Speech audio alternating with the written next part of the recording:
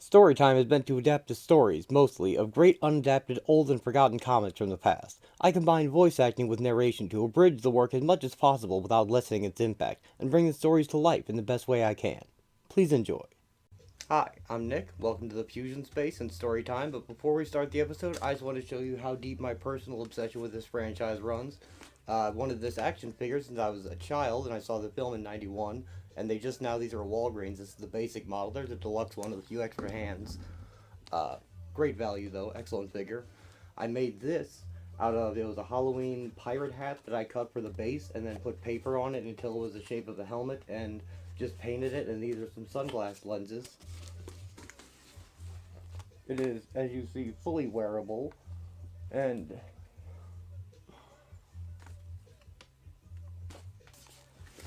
I'd hope to turn it into a full cosplay at one point, with if I could find the right kind of leather jacket. And I made this backpack. It's not very good. This is only a first draft. I'd have to use, these are the wrong soda bottles. I need like 2-liter bottles to get it really big enough. It's not, it's too small, but it's a nice shelf model to go with the helmet.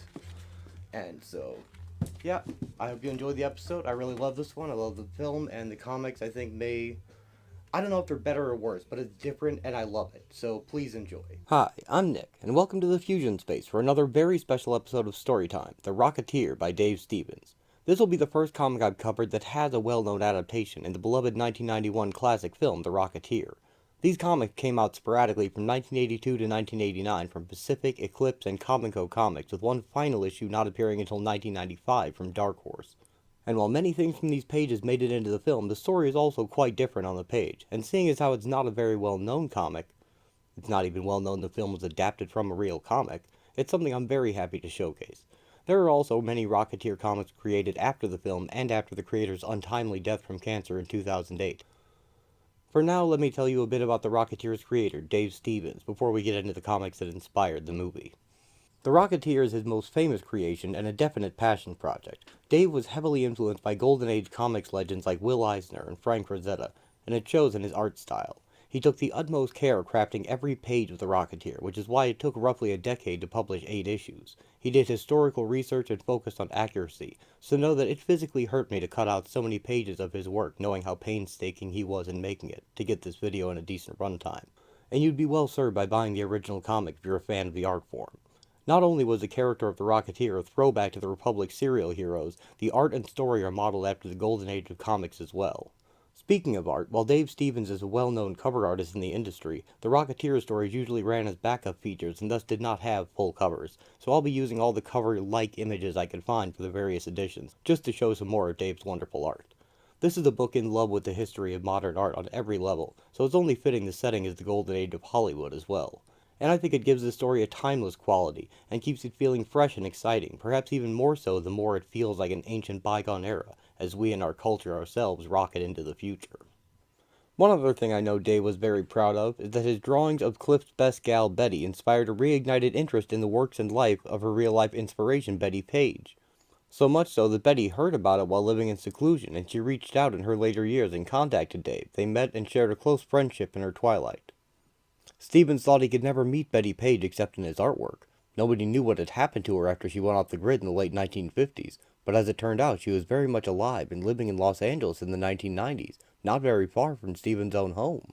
An older woman by then, Page said she was completely unaware of all that had transpired with her image since she removed herself from the public eye more than 30 years before. Stevens and Page became friends, and he helped ensure that she was finally compensated for the use of her likeness in merchandising and in the media, and she would credit Stevens in interviews for all he'd done in service of her legacy. In 2001, Stevens very happily told Mark Evanier, "It's amazing. After years of fantasizing about this woman, I'm now driving her to cash her social security checks." Most touchingly, as reported by his friend, the cartoonist Leah Hernandez, Stevens was always sure to be with Page on her birthday. Imagine how gratifying that must be for an artist. Considering that, and having a blockbuster film under his belt, I can't expect Dave had too many regrets, so I don't want to paint him as a starving artist or unsuccessful or ungrateful for the life and fame he did achieve. He was a working independent artist with a full career, and on that scale, he did pretty well, I'd say. Now a quick summary for anyone who hasn't seen the film or heard of the comic. Cliff Secord is an amateur racing pilot down on his luck in 1938 Los Angeles when a rocket pack drops into his life. He uses it to become a local hero, but many people want the rocket for their own ends, including its inventor Howard Hughes and the growing threat in 1938 Germany, and they'll stop at nothing to get it, not even at kidnapping Cliff's main squeeze Betty, modeled after pin-up legend Betty Page. Even once that's settled, Cliff's work isn't done, as he chases Betty to New York and runs into an old acquaintance from his circus days, hellbent on revenge, and modeled after real-life Golden Age actor Rondo Hatton, and teams up with an off-brand version of the Shadow in Cliff's New York adventure. Together, these tales make up the complete adventures of the Rocketeer, which is the trade paperback to look for if you want to buy it. It's a tough road laid out for our young pilot. Can Cliff win Betty back, find a way to be the hero the world needs him to be, and prove he deserves the title of the Rocketeer? To find out, let's begin.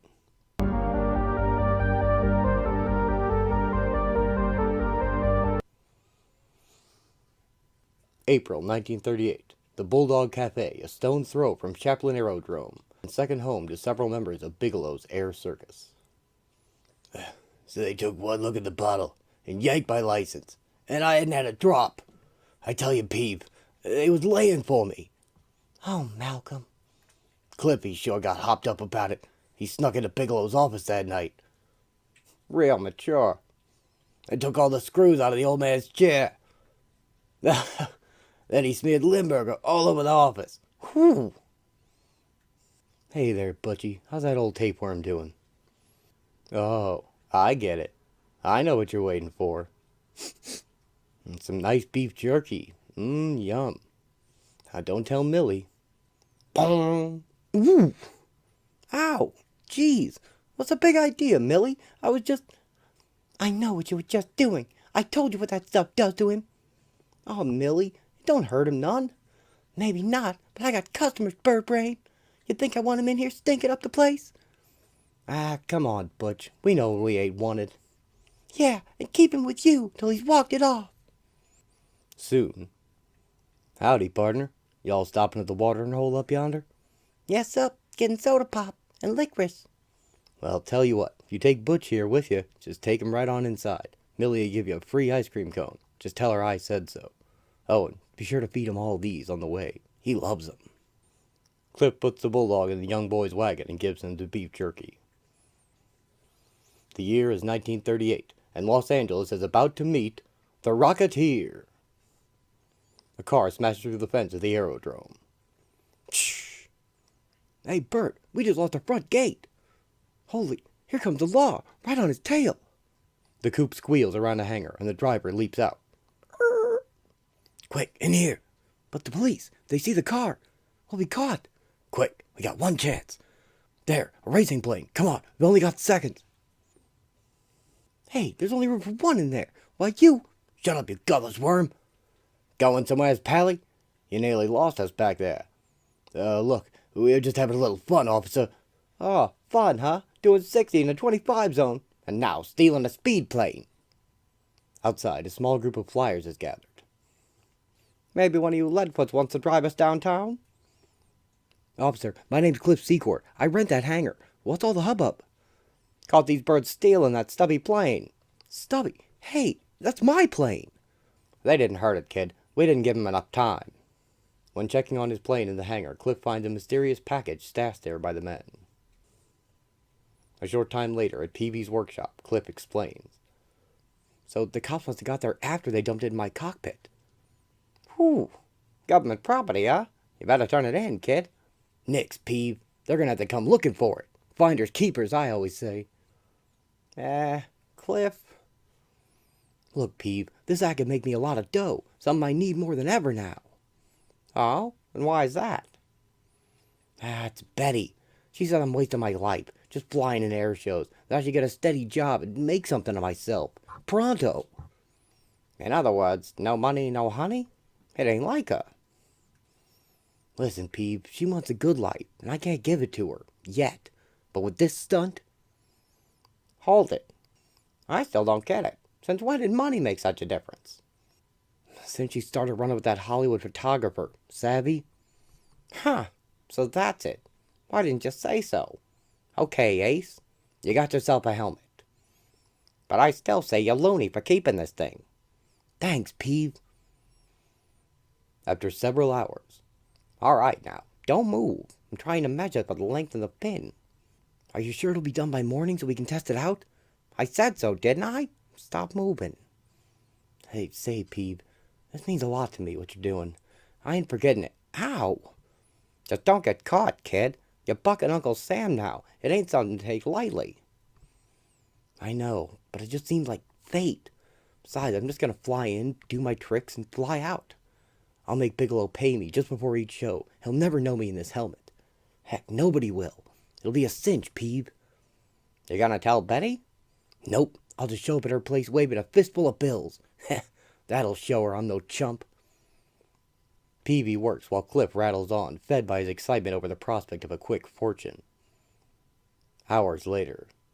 Hey, wake up. It's all finished. Hey, Cliff. Huh? I said the helmet's finished. Holy smoke. It's 10 o'clock. I'm supposed to be flying a show right now. Quick, help me pile this stuff in the car. Nuts. Nuts. Cliff races to the airfield. Soon after, at the air show, Cliff arrives, late. The show has gone on without him, but with bad luck at the stick. Boss! Hey, boss! Who's in that plane? What's he... Secord, where the blazes have you been? That rummy Malcolm decided he'd go up and cover for you. Malcolm? This is all my fault. If that old lush cracks up, I'm to blame. Roy, get number 2 fire truck out of that runway. Okay. Hey, Cliff, it sounds like he's plastered. Nuts to this. I'm not going to have his death on my conscience. I'm getting the rocket. I had to have my brains counted. I didn't even test this thing yet. But I've read all the papers on it. Seems simple enough. Anyway, I don't really have much of a choice at this point. Do I, Malcolm? This could be a quick ticket to hell, or the wildest ride of my life. The Rocketeer blasts off into the sky for the first time. Continued next chapter.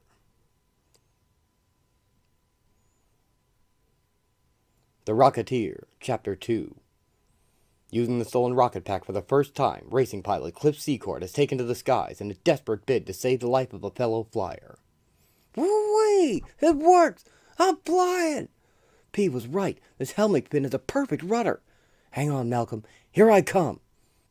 The Rocketeer nears the smoking biplane, but Cliff misjudges his speed. Yike! Gotta try to turn around. Up.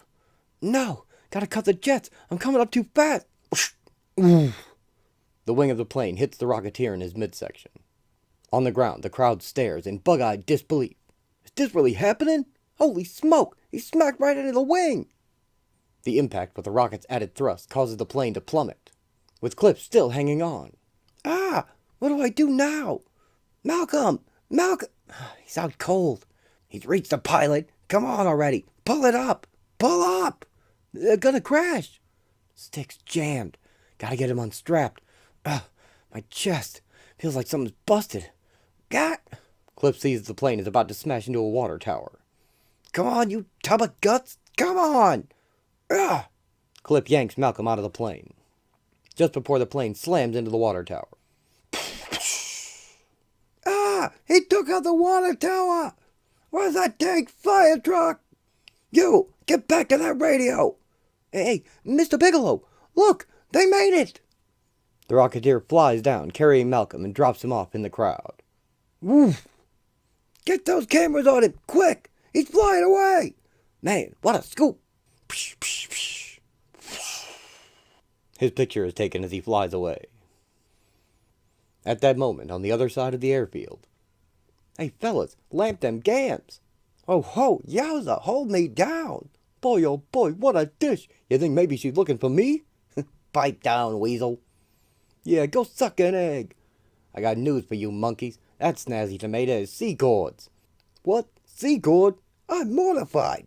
And I thought he was a pansy. Huh.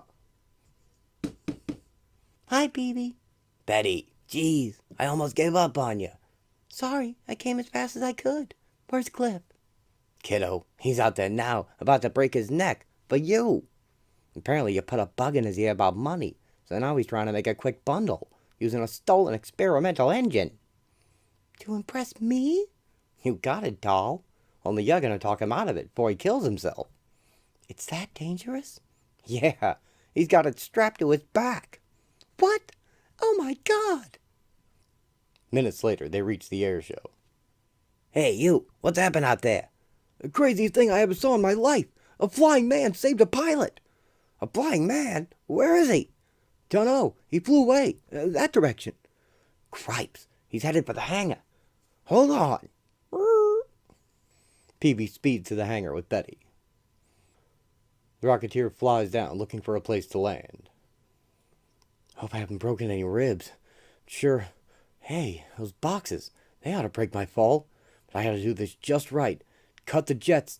Now!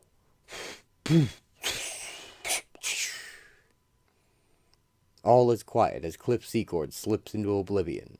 There is no applause, no cheering crowds. Only the silent scrutiny of an uninvited audience of one.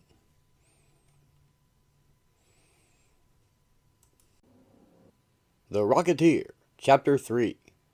After the nearly fatal rescue of a fellow pilot, Cliff Secord has made his first landing, and perhaps his last, as a sinister figure looks on. Cliff is accosted by a man with a gun who demands he remove his helmet. He stows the helmet in the alley by the hangar and gets in the man's car, still wearing the rocket. As they drive away, Peavy speeds across their path. While the man drives Cliff back to his boss, Peavy finds the helmet and puts two and two together. However, the man and Cliff are driven off the road by another car, and Cliff is once again airborne. The car crashes, and when the men from the other car come to investigate, Cliff finds out the man who kidnapped him was a federal agent. Luckily, Cliff was thrown free of the wreck, and he came to in time to hear what's going on. Who are these lugs? But first we must find the one who now has it. Shall we return to the airfield tomorrow? That's me they're talking about. And the rocket pack. They must be partners of the two who left in my plane. But who are they?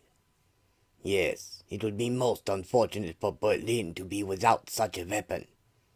Berlin? Holy smoke. These guys are Germans. Spies. What have I gotten myself into? They're talking war. All I wanted to do was make some quick dough with this thing in the air circus, so Betty'd start taking me serious and stay away from all those greasy Hollywood Romeos. That's all I wanted. Then I was going to turn it in, if I live long enough. There should be another body. Search the brush. He must have been thrown from the car. Nuts. They find me. I'm dead. Unless... Yeah! Look! It's him! He's wearing the rocket pack! Cliff blasts off, knocking the men over like bowling pins as he escapes. Several hours later, at Cliff's hangar. Peavy, it's been almost 3 hours. We have to call the police. He could be hurt somewhere. Nah, from the look of things, he walked away. I just wish I knew where. You wouldn't believe me if I told you. Cliff! What happened to you? Where have you been? Are you all right? Yeah, this thing sure ain't. Jeez. Cliff recounts the incredible events of the past few hours as Betty tends his cuts and bruises. Then the engine gave out on me, and I had to hoof the last 2 miles. Cliff, you've got to turn it over to the police. No, ma'am. I'm not finished with it yet. Cliff, don't be stupid. If those Nazis find you, they'll kill you to get it. Then that's a risk I'll just have to take. But... leave me alone, will ya? All right, I will. And I won't be back to bother you anymore. Betty storms out, slamming the door. Hey. Heck. Cliff rushes after her. I said, wait a minute. Come here. No, you let go of me, Cliff Secord. Cliff grabs Betty and pulls her into an embrace. Not until you simmer down. Now look, there's a reason.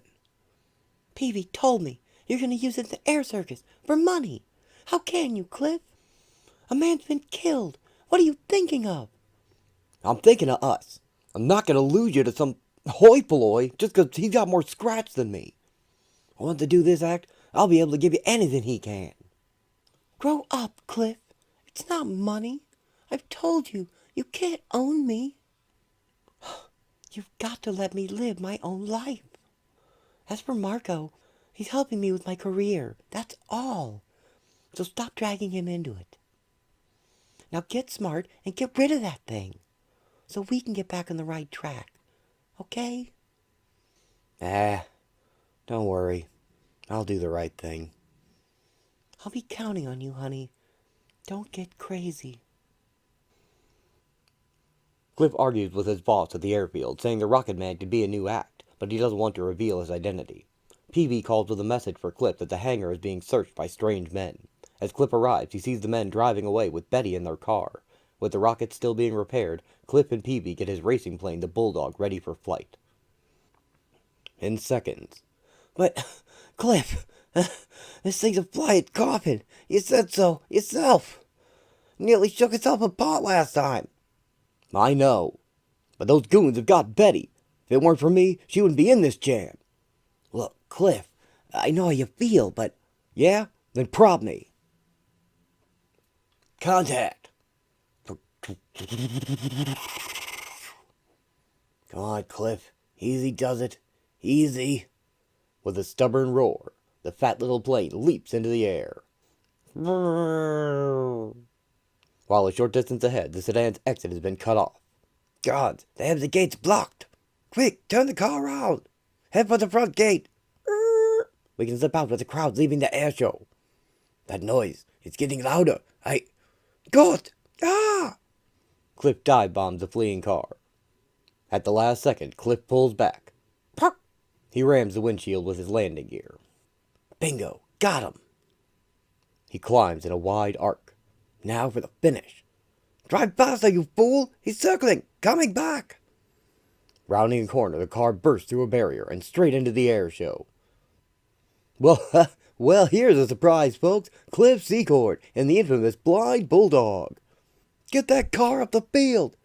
It's going to kill us! I said faster! Cliff races the speeding car just above it in his plane. Who says Bigelow's Air Circus doesn't give you more for your money? Ladies and gentlemen, I don't quite know what to call this act, but it sure looks like fun from here. Watch out, you fool! What's wrong with you? Otto, I have glass in my eye! We can't outrace that plane. I'm going to shoot it down. While inside, Betty kicks away her attacker. You little tramp! I'll cut you up good for that! After we fix your boyfriend. I must have got the driver. He's steering wild. Now I can box him in. What a show, folks! What a show! I've got him now. The spectators watch in stunned silence as Cliff bears down on the speeding auto. The car stops when it hits a pile of hay. Bullseye! He plowed right into the hay. That ought to hold him for me. Now to land this baby. Hope to God Betty ain't hurt. That crazy man tried to kill us. Okay. Now settle down, bud. Hurry, we must lose ourselves in the crowd. Hey, somebody grab those guys. There's a dame back here, all tied up. In minutes, Cliff appears. Betty! Cliff, they got away. Never mind. Are you all right? Yeah. Oh, Cliff, you've got to get rid of that thing. Please. I am. It's already settled. Everything's gonna be fine. You'll see. So, he is the one we seek. I will tell Otto we must regain that device, and this time, nothing must stop us. Nothing. As the German spy makes his discovery, hands reach for him from the shadows under the bleachers. Next chapter, the third party.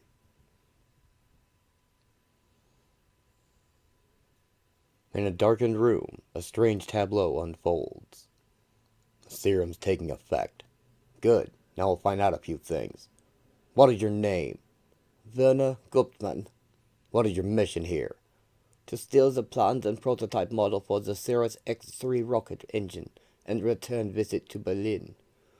Where are your fellow agents? In hiding. We were to meet at Cloverfield Air Base to transport the device. How? By stealing one of the new planes. It is all prearranged. Where is the rocket pack now? We no longer have it. Our carriers were taken by the local police, and it was left in a hangar at Chaplin Airfield. So, the person the newspapers call the Rocketeer, he's not one of your agents? No. He is an American flyer. His name? Cliff Secord. The Rocketeer, Chapter 4. So, what's it today, sugar? Girl trouble again? Nuh-uh. No, I just got bounced from the air circus. Oh, Cliff, you were the last person I knew who had a steady job. What happened?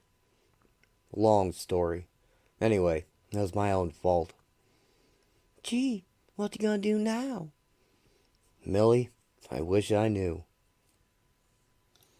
Hey, I know. Why don't you try stunt flying for the movie studios? Nah, bad idea. I tried it once. I don't mix well with those Hollywood types. You're just jealous 'cause they got money, and you don't. Baloney. I just plain don't like 'em. They think they can buy and sell anybody. Which reminds me, I gotta make a phone call. See ya. Hurry back.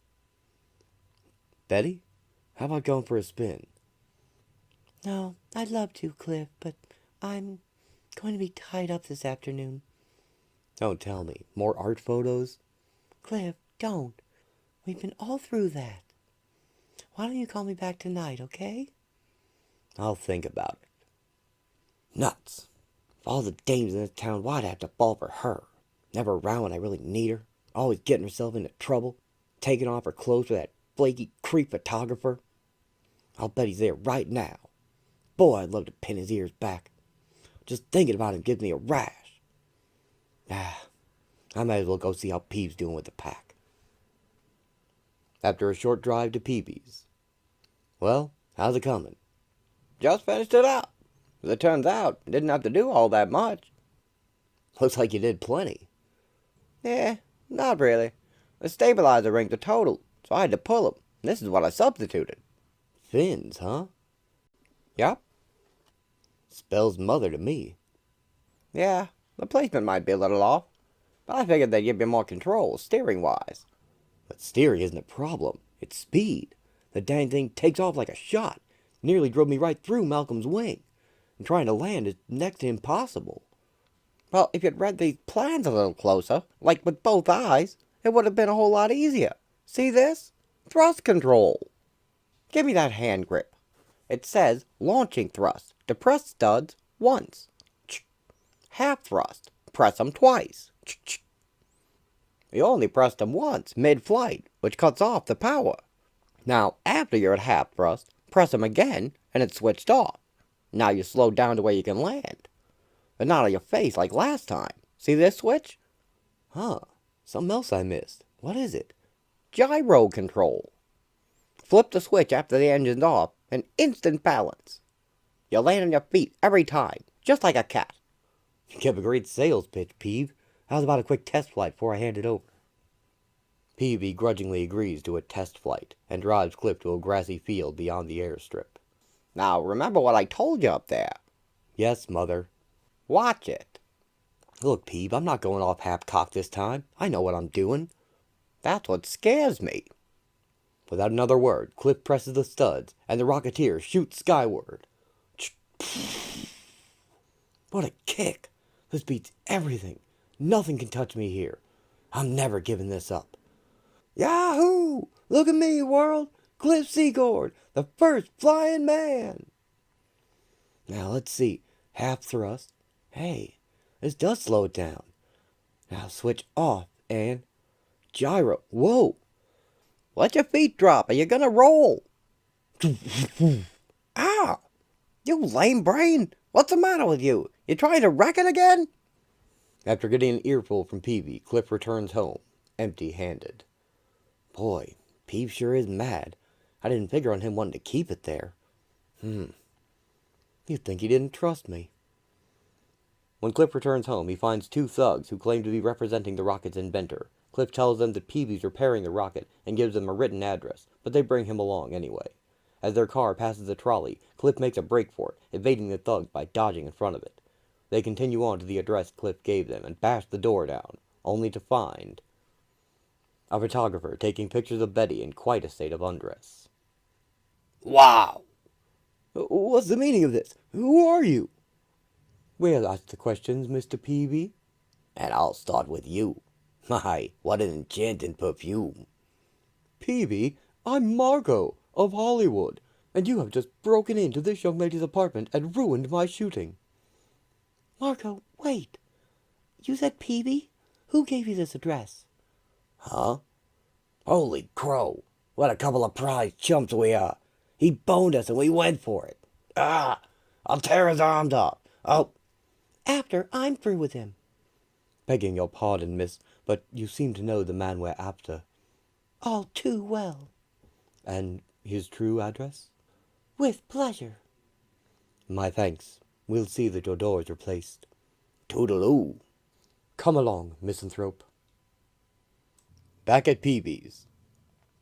All right, you. That was Betty, and she was hopping mad. Two belugas just busted into her place looking for me. And, well, they caught her and they all together. Ha! Ha ha ha! Serves her right. Oh, I wish I could have seen it. Ha! Well, you're gonna get your chance, 'cause she sent him over here about 20 minutes ago. What? That means they'll be here any second. I gotta get this stuff out of here. Cliff collects the rocket in his costume and skedaddles out the back as the mooks pound on the front door. Hey, come back here with that. You said you was turning it in. Not to them, I ain't. I knew it. I knew it. Are you Ambrose Peabody? Who's asking? Open up. We've come for the rocket pack. Let's have it. And no baloney. Well, I wish I could oblige you, but Cliff just took off with it. Ah, nobody makes a monkey of me like this. Nobody! Excepting yourself. Well, he's aced us for now. We'd better get down to Cloverfield. Peavy is led outside to his car. Come on, Pops, move it. And no funny stuff. We'll be right behind you. The thugs handcuff Peavy to his steering wheel. Hey, what's this? Insurance. Come on, get that heap moving. Peavy finds that Cliff has chosen to hide in his car. What? You jerk? What you hiding here for? Shh, how was I supposed to know? Ain't you hearing me? Yeah, but why Cloverfield? They all arrive at the airfield to find an emergency situation is ongoing. Nazis have killed the crew and hijacked an experimental bomber plane from the military base. I hate to be the one to say it, but you could probably stop that hijack. What? Are you crazy? I could get killed, too. So? You've been putting your neck on the line every day for that air circus. Where's the difference? I get paid to do that. Nobody's paying me to get shot at. These mugs have got guns. Oh, guns. Gee, and I'll bet they're dead shots, too. Tell you what, reach under your seat. You got hooch? What, a Mauser? Say, where'd you get this? None of your beeswax. Now, listen good, you. We're in a heap of trouble here, and I ain't planning to spend the rest of my life behind bars. Now, I figure we got one way out. If you show 'em you ain't no crook, by saving that plane. Oh, that's a swell idea. Supposing I get croaked. Then I suppose Betty'll be looking for a new fella. Maybe that photographer. Thanks for reminding me. That's the whole reason I kept this dang thing in the first place. A lot of good it did me. Mr. Secord, this has gone on long enough. Your thievery has cost me a lot of time and trouble. It ends here. My machine, gentlemen. Next, the final chapter. Rocket's red glare.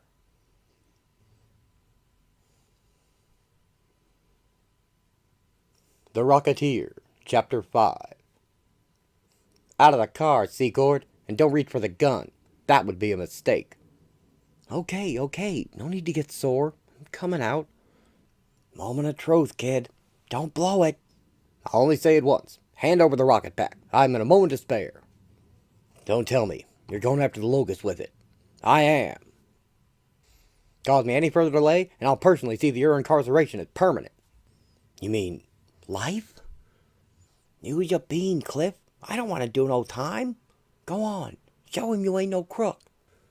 Am I going after that plane myself? Maybe I oughta. I gotta square things somehow. Well, I keep him covered. Pete, don't! Peavy aims the gun at the stranger.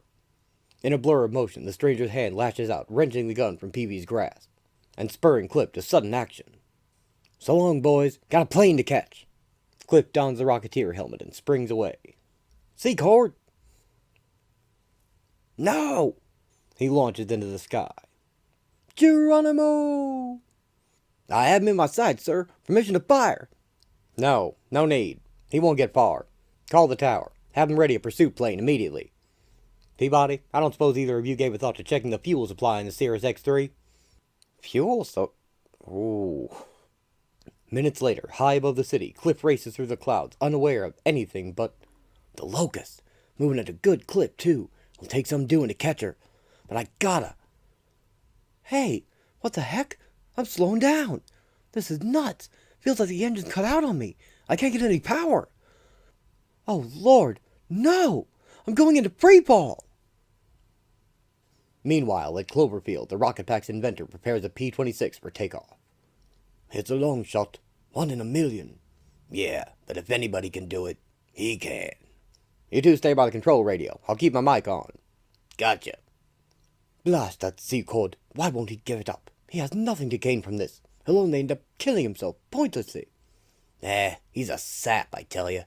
Squirrel he's calling brother. Pursuit 1 to tower. I'm clear and I'm taking her up to 5,000 feet.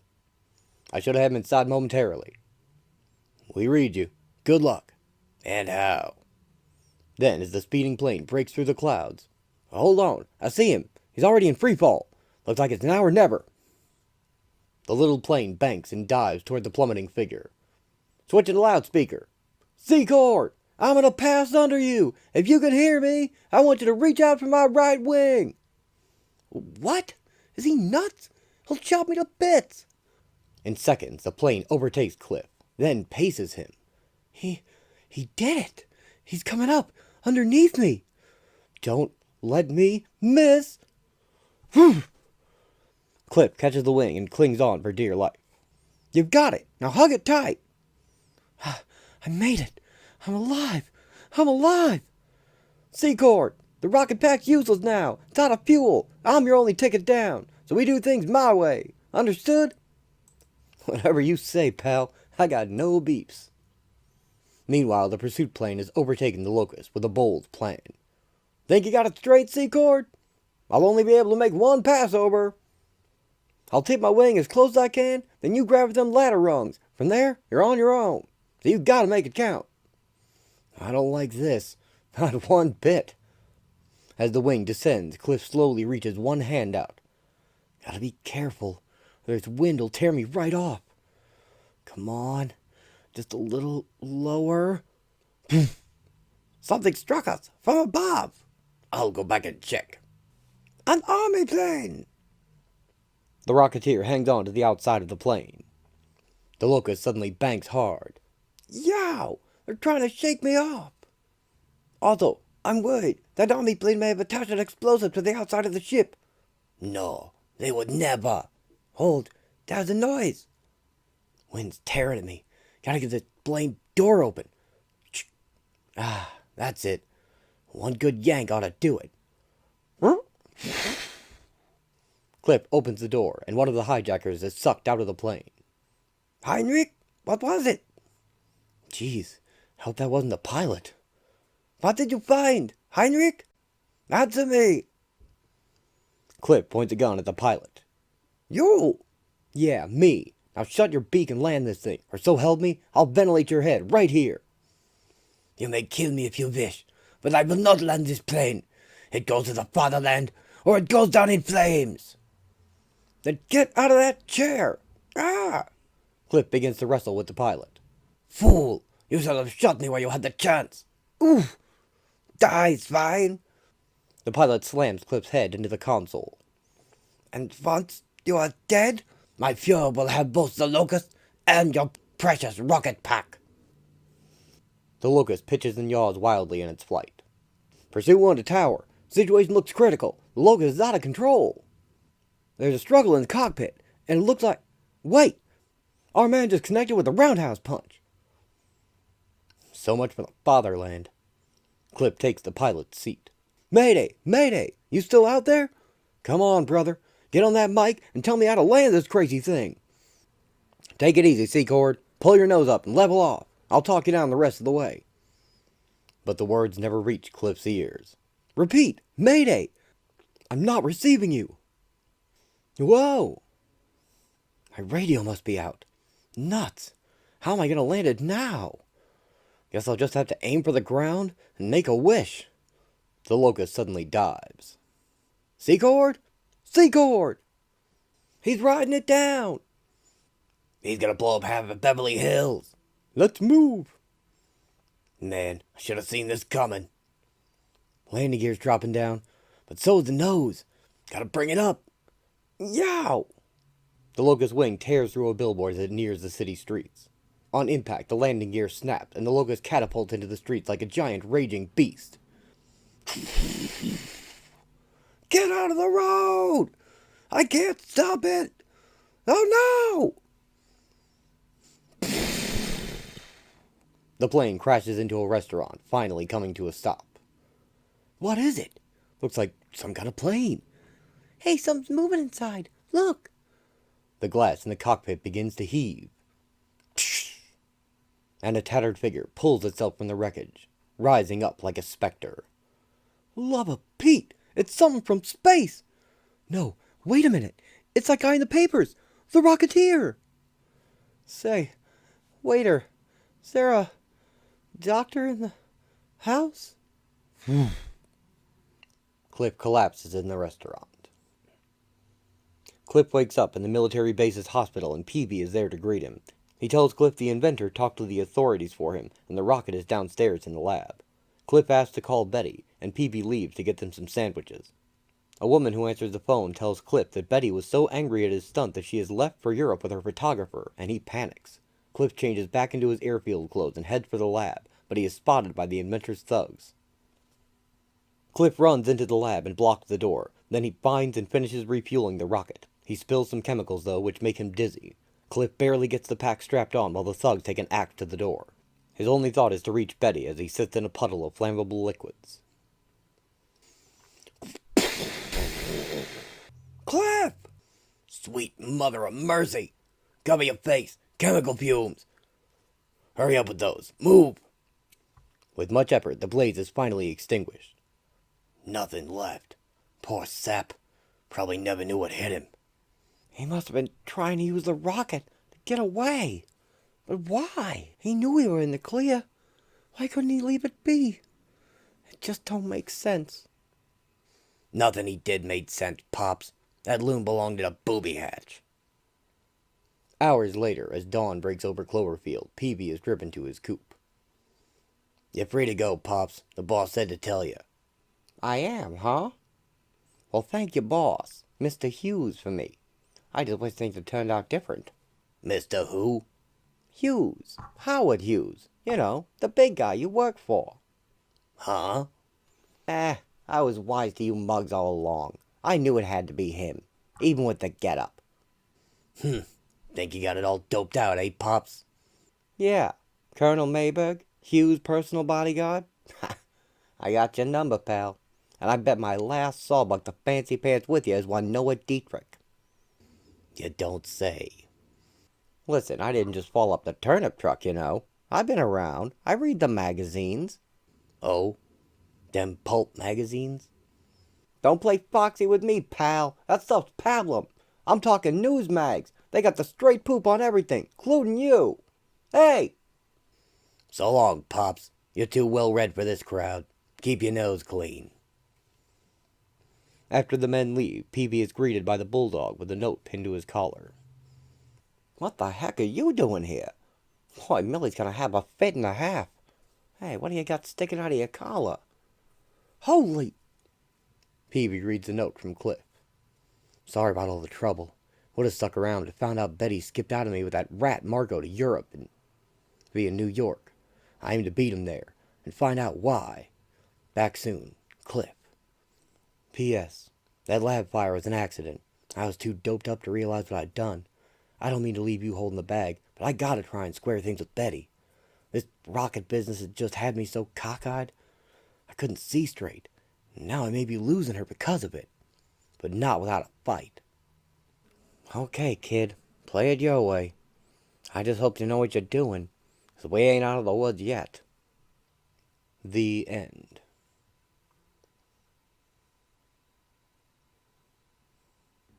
Look, there he is! Secord, this is your last warning! Stop the warning, he's mine! The Rocketeer's jetpack is shot and he begins to fall from the sky. Betty! Betty! Betty! Betty? Betty awakens with a start. Her photographer tells her they're about to land in Europe. Betty regrets leaving Cliff without a goodbye and worries about him, though she is confident she's made the right decision for her career and that the rocket will bring him nothing but trouble. Cliff lands his plane at a refueling station on the way to New York. The Rocketeer. Cliff's New York adventure. I need gas, as fast as you can pour it. Many miles away in a New York nightclub. And Betty, dear, you simply must see Montmartre. It's so quaint. We'll see all the sights. Oh, Ronnie, old man, did you bring the late edition? Yes. Have a look, Marco. It's all about that Rocketeer fellow. Rather nasty-looking crash, eh? Right through a restaurant. Incredible. He must have been killed instantly. No way of knowing. His body was taken by the military. Please, excuse me, everyone. I need some air. Are you all right? I'm just a bit dizzy. I'll be fine. Marco, she's absolutely intoxicating. Where on earth did you... I've told you, Ronnie. Hollywood is full of girls just like her. All right for the plucking, eh? You dog. What hoops have you got this one jumping through? The usual, but not enough to suit my taste. She's a stubborn one. She'll be good for a few more laughs, but... Oh, too much for the great swordsman, eh? Don't be droll, Ronnie. In the ladies' lounge, Betty quickly calls long distance. He's got to be alive. Please. Oh, Peavy, answer your phone. Why don't you answer? All right. Thank you, operator. No, I'll try again later. I never should have left. I'm so stupid. He was in trouble and I left. Cliff has made it to New York and found Betty with the help of a local friend. He steals a waiter's uniform to sneak into the club to see her. In the softly lit recesses of El Morocco, the minutes slip by. What could be keeping Ronnie? Light, miss? Why, thank you. Cliff, you're all right. But what are you doing here? I'm taking you back to California. Now, get your things. No, I can't. You had no business following me. I didn't want you to know. Anything wrong, my pet? No, nothing. I was just talking to an old friend of mine. This is... Save it! I can't believe you're doing this, Betty. You don't care at all then, do you? Cliff. I guess you never did. Cliff, stop it, please. Just a minute, you. What is all this? Margot grabs Cliff by the arm. Butt up, bourgeois. Why, you scruffy little... Cliff attacks Betty's photographer Marco, but his men soon hold Cliff down to be punched. A suave stranger stops him, saying he knows all about Marco's dark misdeeds. This man is the Shadow, known as both Kent Allard and Lamont Cranston in other media. But as I believe Dave did not have the rights to the character at the time he wrote this, the name Mr. Jonas will be used instead, and he will not appear in costume. But this man is the popular pulp character the Shadow, who has the power of telepathy and can cloud the minds of men as well as see their guilty consciences. He saves Cliff from the thugs. Let me alone. It's all right, Cliff. He's just trying to help. It's very kind of you to do this. Nonsense. I'm merely looking after my own interests. I was afraid of this. Cliff, you just ain't the scrapper you used to be. Evening, Gander. I trust you'll see to our friend here. You bet, sir. Cliff, this is the guy I've been telling you about. Just get me in the cab. Call me Jonas, Secord. I was hoping to bump into you tonight. I have a small job for a flyer of your experience. I'm prepared to pay you quite well. Can we... Take the air, will ya? Go on, beat it. Just let me be. As you wish.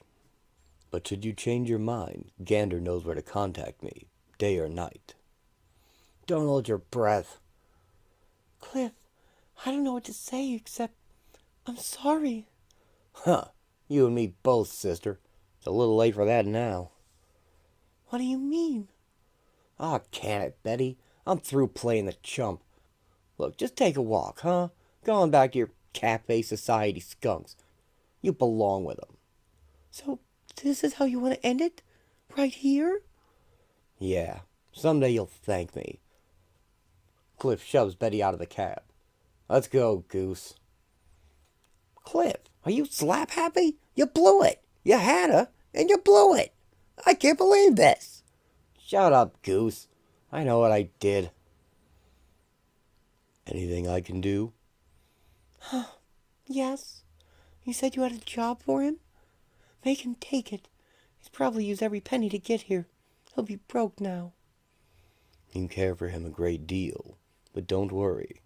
So long as he's in New York, I'll be sticking to him like a shadow.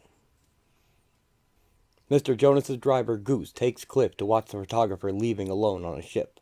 Unbeknownst to Cliff, a guilt-ridden Betty is already boarding a plane headed back to Los Angeles.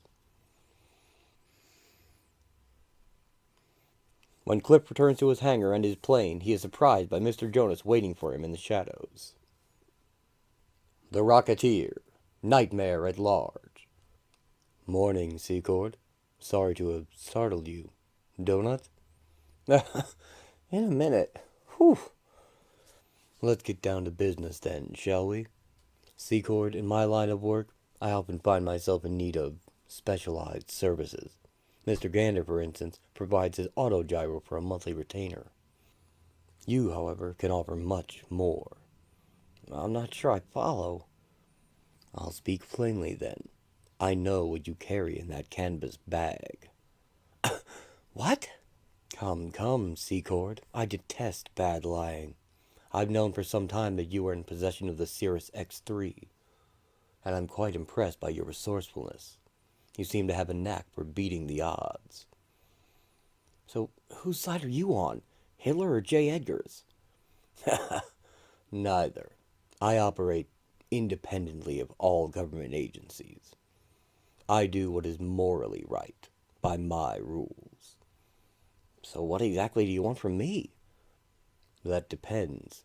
Will it still fly? Well... Here, will this earn your trust? 500 smackers?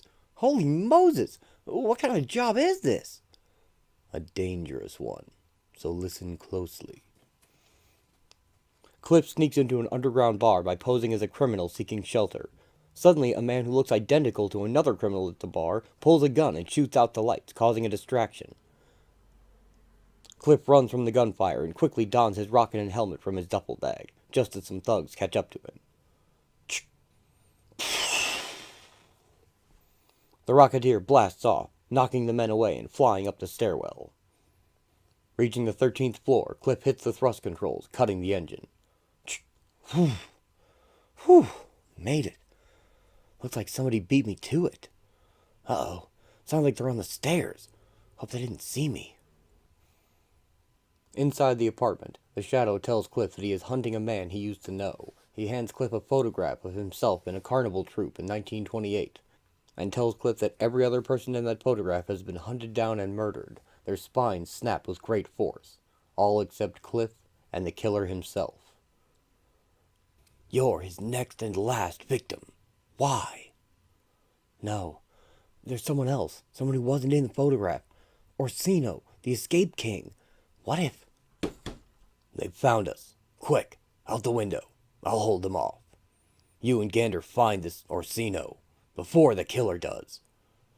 The Rocketeer blasts out the window as the Shadow covers his escape with his twin .45 caliber pistols.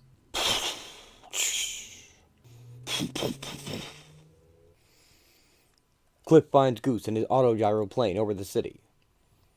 Goose? What the heck is he? Uh-oh. He sees Goose extend a rope ladder. Cliff dives below the oncoming machine. Ugh, doggone it, Goose. Cliff becomes tangled in the rope ladder. Slow down, you crazy idiot. Goose! Cliff climbs into the cockpit. He tells Goose that Orsino must be playing in town or the killer wouldn't be here, and they plan to call a radio agent. When the men burst into the room, the shadow appears to have vanished. Later, at Orsino's show in Atlantic City, a huge man resembling screen star Rondo Hatton waves at him from the audience, volunteering to be in his act.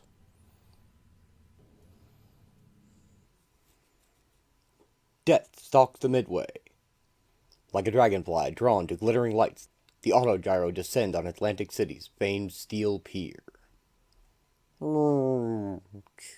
Shake it up, Goose, and hope we're not too late to save Orsino's neck. The Rocketeer. He ought to be near the end of his act by now. And let's hope this won't be his last escape, Bo. They enter through a skylight. The magician performs his trick, placing the large man, Lothar, into a sarcophagus as he threatens to kill Orsino after the show. The magician triggers a flash and replaces Lothar with a wrapped mummy. Lothar smashes through the false back of the trick coffin and Orsino runs off stage and up a staircase. The crew bring down the curtain, and Lothar chases the magician by holding the curtain rope as it rises. He encounters Cliff on a catwalk on his way up. What the heck? You! Lothar! Orsino cuts the rope with a sword. Yeah! Lothar falls and is so heavy he smashes through the wooden floor and into the water below. Aim a spot down here! Jeez, he went clean through to the drink! And, wrapped in those weights, to the bottom. I hope you're right, old pal. Cliff! First Lothar, now you! Brother, I need a stiff belt. I'll second that. We've got to talk, Orsino, in private. In Orsino's dressing room, Cliff tells everyone the full story. In 1928, he was part of a carnival troupe with the magician Orsino, his knife-throwing assistant Ruby, the strong man Lothar, and a small woman, Tina. Tina asked Cliff to be alone together, and he agreed, not even hearing her because he was distracted by Ruby, with whom he would start spending time. Lothar comforted Tina when Cliff unknowingly stood her up, and they formed a close bond. Cliff and Ruby were so lost in themselves that Ruby wasn't there for a show, and Tina volunteered to take her place in the escape trick. Unfortunately, Tina's smaller lungs couldn't hold enough air for the rescue to take place, and she drowned.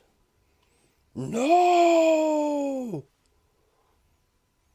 Lothar cracked. He spotted me and went straight for my throat. Took 3 carnies to pull him off. He killed one of them, went to Sing Sing for it. That night, I packed up my gear and left the carnival. For good. Yeah, poor Tina. A real shame. But the show must go on. Let's say I pick up a few friends and we hit the boardwalk. Goose, Orsino, and Cliff take some girls to the carnival on a date.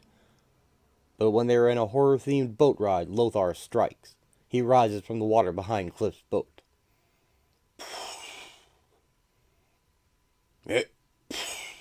He grabs Cliff and pulls him underwater. Hey, I think your pal fell out. Huh? For Tina. Your debt is paid. One murderer remains. Cliff floats away, unconscious. Cliff is dumped out at the end of the ride and found by an attendant. Lothar uses a bone from a skeleton to make a torch, and he sets the ride on fire as the others are forced to climb a web to escape. The dry wood and papier-mâché are easy tinder for the gruesome torch. The ha-ha-ha-ha! Orsino! Burn in hell! Oh my gosh! Now what? Only one way down. But I can't swim. Eee! They all jump down into the water to escape a burning ride car. Cliff is accosted by the police while trying to warn them of the danger, but the shadow knocks the police out with a sandbag hung from the autogyro's rope ladder. In the confusion, Cliff escapes. Boom. Jonas, it's twice tonight he saved my bacon. What hit me? Hey, where's that kid? Here goes nothing. I only hope they're still alive. I've gotta stop Lothar. Somehow. Cliff dons the rocket and his helmet. Holy Moses! The Rocketeer flies into the blaze. Orsino! Goose! A movement from above catches Cliff's eye. Hang on, I'm coming! Everybody okay? Orsino? No, Secord. Me. Lothar grabs Cliff and picks him up by his neck.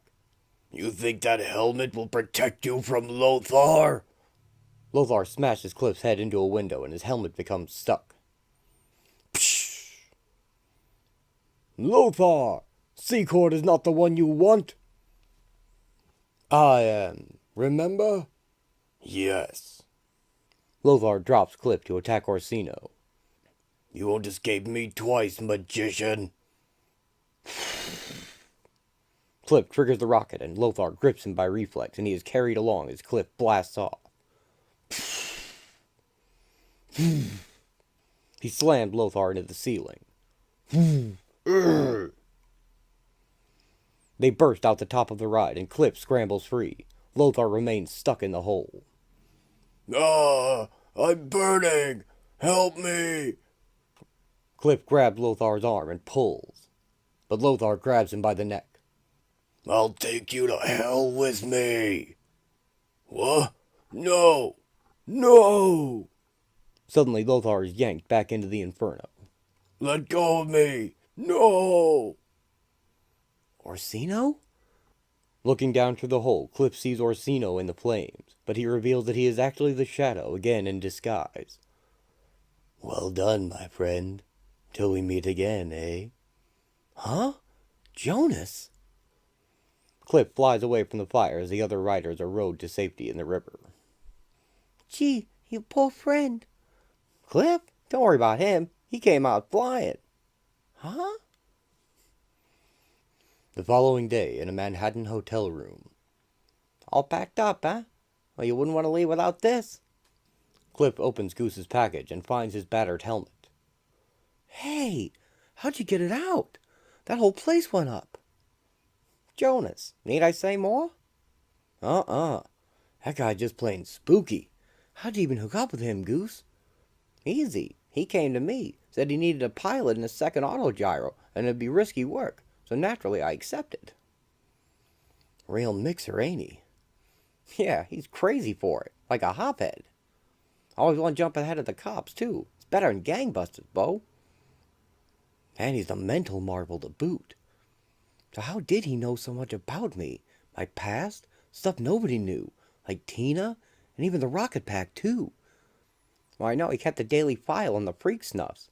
And when he showed me that group snapshot, I knew your number was up if we didn't pull you in quick.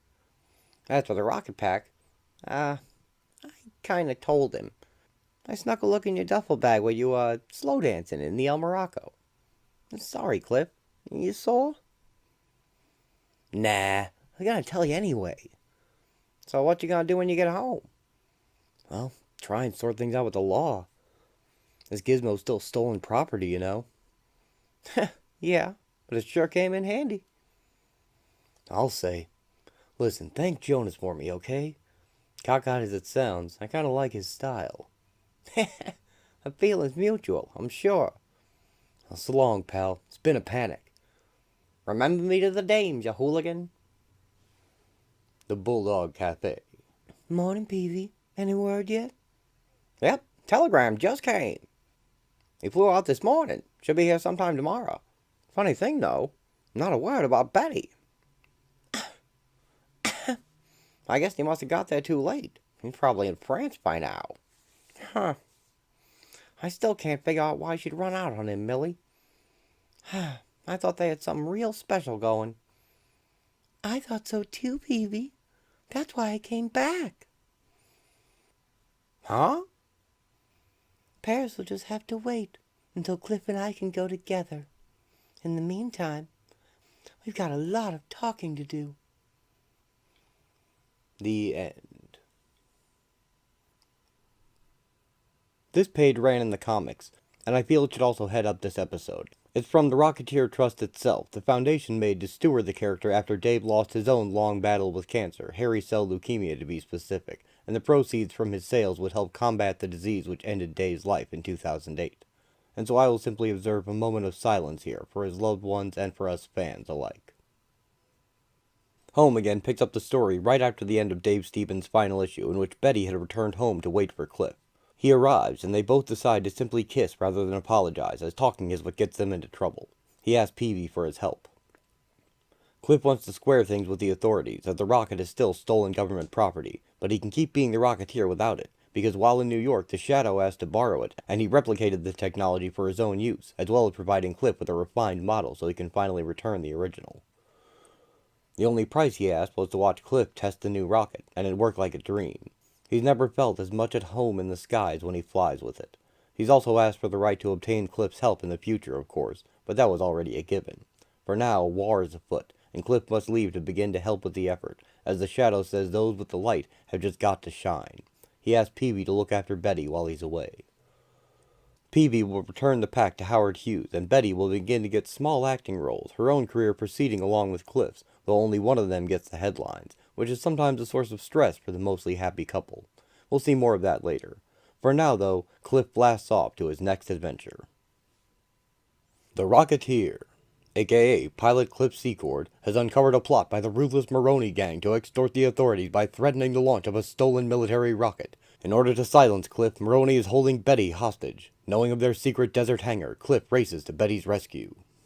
Maroney holds a gun to Betty's head, who stands helpless and tied to a gigantic rocket. Cliff Secord, where have you been? A little late, I know. Sorry. Betty, you alright? Oh, great, Cliff. Just great. Cliff aims his gun at Maroney. Okay, Maroney, no need for this to get messy. You're not exactly the one in charge here, Slim. I gotta be sure you don't rat us out. Cliff? You're in over your head, Maroney. I just worry you don't have the brains to know it. I told you I'd come. I did what you asked. I don't care what you do with your rocket, but I'm taking the girl. I told you, flyboy, you ain't the boss here. Maroney aims his gun at Cliff. Am I not?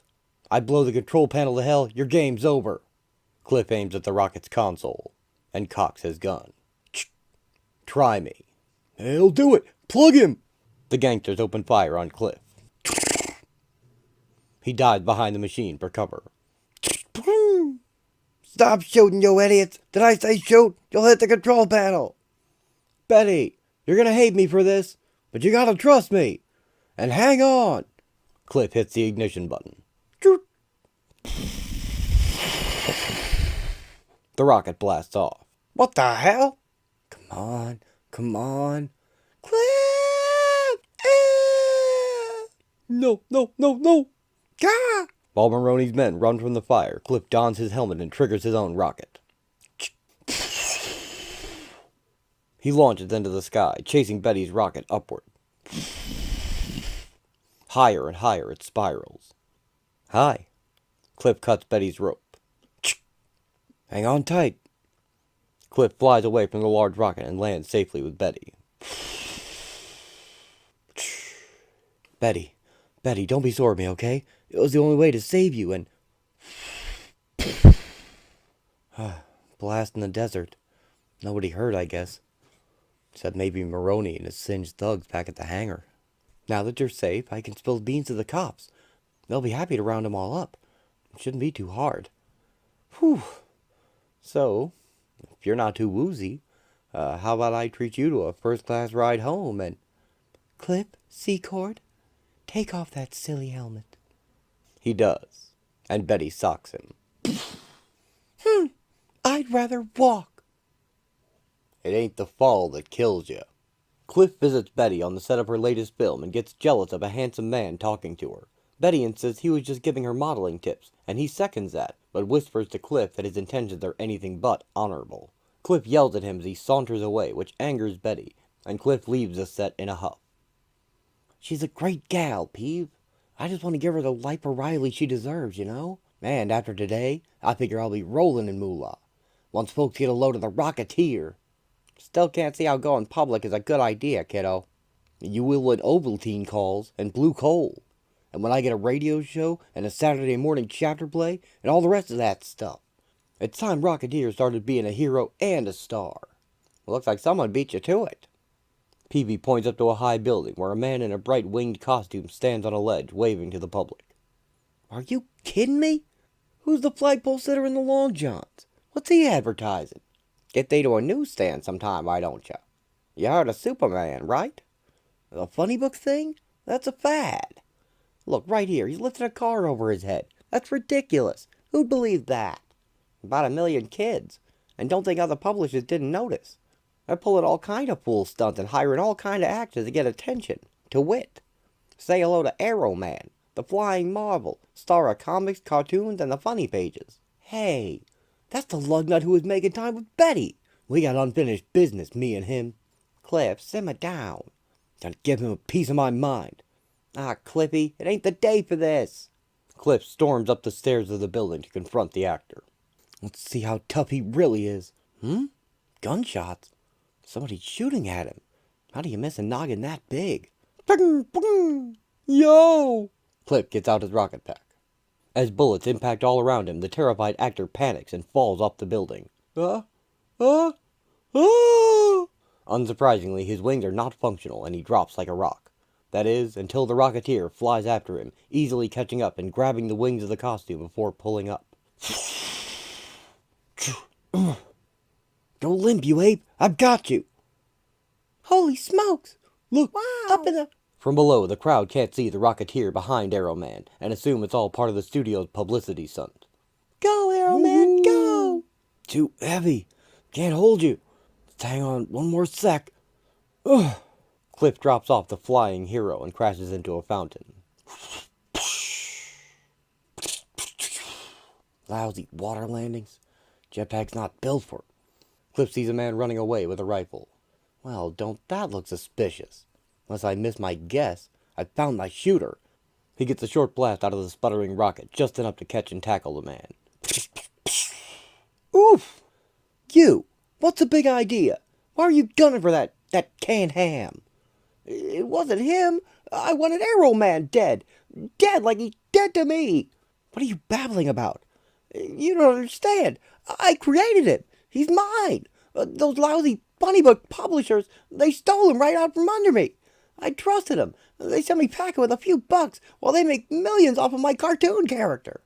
It ain't right. Yeah? Well, neither is opening fire in an amusement park. Lucky for you fine citizens, I'm here to protect you. Cliff looks up to see that everyone is crowded around Arrow Man, excitedly getting autographs, and no one has seen his actual heroism. To Jimmy? Sure thing. Now, if you'll excuse me, Arrow Man's getting a secret summons from the White House. Gotta go. Translation. I don't know what just happened, but I need a drink. Cops are coming, kid. They're gonna have a lot of questions you don't want to answer. I'll cover for you. Vamoose. Terrific. Came out here today to make a splash, and I ended up all wet. And all over something I couldn't care less about. Comic books? No good is ever gonna come from those things. A Rocketeer Story. Betty attends the premiere of Vivian Lee's new film in which she has a bit part. She's upset at Cliff for making her walk the red carpet alone, but he couldn't help that his car broke down. Luckily, he has his Rocketeer gear in the trunk, and if it's the only way he can make Betty's premiere, it'll have to do. And on the home front, that's no bird flying high in the western sky. It's no Hollywood smoke and mirrors either. It's the Rocketeer. The masked avenger and his daring do has captured the attention of the nation. Fearless in the face of certain peril, the Rocketeer has risked his own safety to rescue many good Americans from untold disaster. A true American hero, the flying phenomenon has given his fellow countrymen a standard to look to in a time of great uncertainty. Oh, I know I shouldn't be so selfish. But how could you stand me up tonight, of all nights? And now you go and steal the show as a newsreel hero. Why can't things ever go smoothly for us? Cliff? Don't cry, doll. And don't scream, neither. Betty hushes up when she sees the man's Tommy gun. Outside, Cliff has arrived late. Now I bet they'll make me pay to launder the penguin suit. Hey, can't go in after the show's started. Aw, come on. My girl's in the picture. I'm only a few minutes late. Please. Show's already started. Now get lost. He spots a gun aimed at a hostage inside. Okay, I'm going. Hey, pal. Get to a phone and ring the cops. There's something going down in the theater. Guys with guns guarding the doors. But play it real cool. I think this guy in the sedan might be in on whatever they're pulling. After sending a passerby to phone the police, Cliff rushes to the alley to change. The Rocketeer enters through a skylight and makes his way behind the screen. Hurry up, you mucky mucks, and this'll all be over before you could say... The Rocketeer bursts through the silver screen, tackling the gunman into the air and drawing fire from the others. Oh! Don't shoot! Cliff dive bombs the thugs, throwing their companion into them. After the excitement dies down, and despite a hole in the screen, the show must go on. Oh, Lionel, I'm so proud of you. I know all the men look up to you, and I know the Navy could never find another man your equal. Neither could I. I don't mean to be so selfish, but I don't want you to go. The war has taken so much. I don't want it to take you, too. Couldn't you just fly us away somewhere? Just the two of us? Oh, my darling, can't things go our way just once? Can't we make them go our way? Or must there always be something to come between us? The police collect the gunman as Betty stands in the aisle to the side, watching the Rocketeer be the center of attention as her big scene goes unseen. The good guys.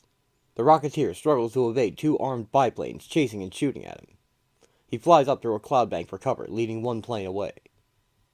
Cliff arcs back around, guiding the one plane into shooting the other as they exit the cloud. The bullets hit the plane's fuel tank and it explodes, knocking Cliff away. A piece of debris hits his rocket and it sputters off and he falls.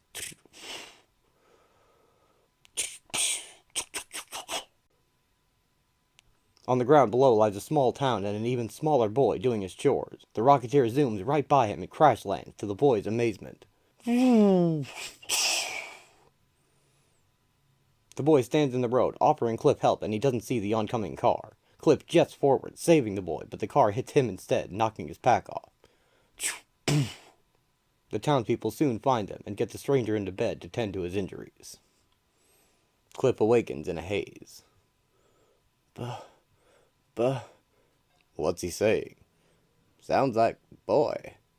Boy, all right? Yeah, he's fine. Good. Should we do anything for him? I guess he got himself a concussion. Best to let him sleep it off. Sorry to bother you, Doc. Don't know what else to do. It's no bother. They soon discover who Cliff is. That's not a helmet you've got in your hands there, Don. It's a mask. You sound pretty sure, Reverend. It's all right here, in black and white. The paper reads, The New York Times, The Rocketeer strikes again. The Rocketeer? Catchy. Wanted by law enforcement. And he's sleeping upstairs in your bedroom, Dan. We should contact the authorities. Federal authorities. State police at a minimum. No offense, Jim. None taken? I can take him into custody, keep him in jail for the night. Sounds like the thing to do. Wait, are you arresting him? You should be in bed. He's a lawbreaker, son. A vigilante. A bad guy? Of a sort. But doesn't he beat up the bad guys? He takes the law into his own hands. Nobody should do that, son. But it sounds like he helps the police. And the police are the good guys, right? That makes him a good guy. And the good guys have to stand up to the bad guys. My dad keeps saying the reason we've got to worry about the ratsies is there aren't enough good guys in the world. And if you put him in jail, then won't that mean there's one less person fighting the bad guys? I mean, if we treat the good guys like bad guys, then you've got to figure pretty soon there won't be any heroes. In the world the way it is right now, we need as many heroes as we can get. The men look to each other, all admonished that the child had to show them the way. and all seeing the self-evident truth of his words. The Rocketeer blasts off once again to oppose the forces of death itself. The Ducketeer. Murray Melodies. Oi, such a Murray Brothers production. The Ducketeer. Are you kidding me? Please tell me you're kidding me. Hey, down in front. Shut up, pal. Headquarters of Allied Command and van lines. The Ducketeer reports to the top general to receive his orders. Thank you for coming so quickly. We learned the Nazis have sent their top general to field test a brand new ultra-secret weapon. We need to block this latest offensive. Ha! You call that an offensive? Watch this! The Ducketeer plays tic-tac-toe on the map. Problem solved. Anything else you need, General? Yes. Go out and bring me that weapon. Well, that's barely a challenge for the Ducketeer. Up to the skies. His rocket fails. I said, up to the skies. His rocket engulfs him in a burst of flame. Let's take this outside, shall we? On the rooftop. And I said, it's barely a challenge for the Ducketeer. Up to the skies. The general watches in dismay as the Ducketeer blasts off high into the sky, only for his pack to explode and for him to fall back down to earth, crashing hard into the ground. You knew about this, didn't you? No, no, I swear, I didn't. Uh-huh. The Ducketeer is attacked by a small alien in a very large tank. Ooh, the Ducketeer! He makes me so very, very angry! Try my new secret weapon on for size! Aha! Nice try, but you'll have to do better than that to stop. The brave duck dodges the evil energy beam, but it bounces off a passing blimp and strikes him in the ricochet. The Ducketeer! The Ducketeer has become smaller than a mouse. Eep! I did it! The shrinking ray is a complete success! The tiny Ducketeer throws the lever on the shrinking ray to reverse. Nothing can stop us now. Nothing except the Ducketeer! Oh, you, I'm going to give you such a zap! You may fire when ready, Gridley. He flies in front of the weapon, and the alien fires, making the Ducketeer grow to giant size. Did it! Where'd he go? Where? He looks underneath his gigantic web foot and finds his squashed foe. Oh, there he is. Yeesh. Talk about getting underfoot. Bad guys, beware. You're no match for the Ducketeer. Up to the... The Ducketeer explodes the planet Earth and lands on the moon. Skies. That's all, folks. Come on, Clip. You should be flattered. Says you. Let's get out of here. Can we at least stay for the short film? And now, fine. Abbott and Costello in The Bucketeer. I'm going home. Just say, up to the skies before you go. I hate you. A dream of flying. The Rocketeer flies over an ordinary American farming town in the heartland when a teenage boy starts firing at him with a rifle. Hey, cut that out. Are you crazy? I gotta get out of here, fast. Boom! Ah! A bullet bounces off Cliff's helmet and he spirals downward, landing in a barn's hayloft. Ow! Ah! That blasted idiot! Just wait till I get my hands on him. I'll get up, slowly. Uh-oh. I want that flying pack. Take it off. But what? But why? I'll take it apart, of course, just to see how it works. Then I'll build a better one. If you don't give it to me, I'll just take it. The boy aims his rifle at Cliff. Suddenly, a small boy in a bright red shirt and blue pants cracks the gun holder in the head with a board, and he drops his gun. Ow! Like, you little brat!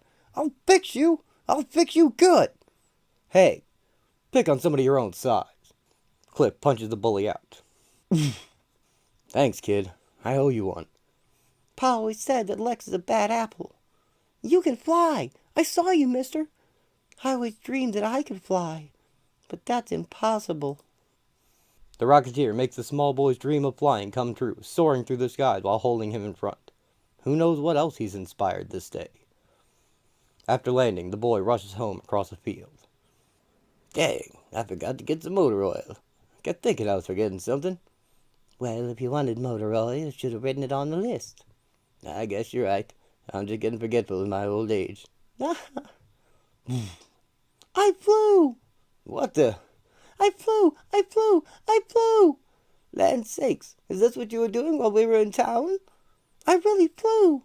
That's nice. Now fly off while I get supper ready.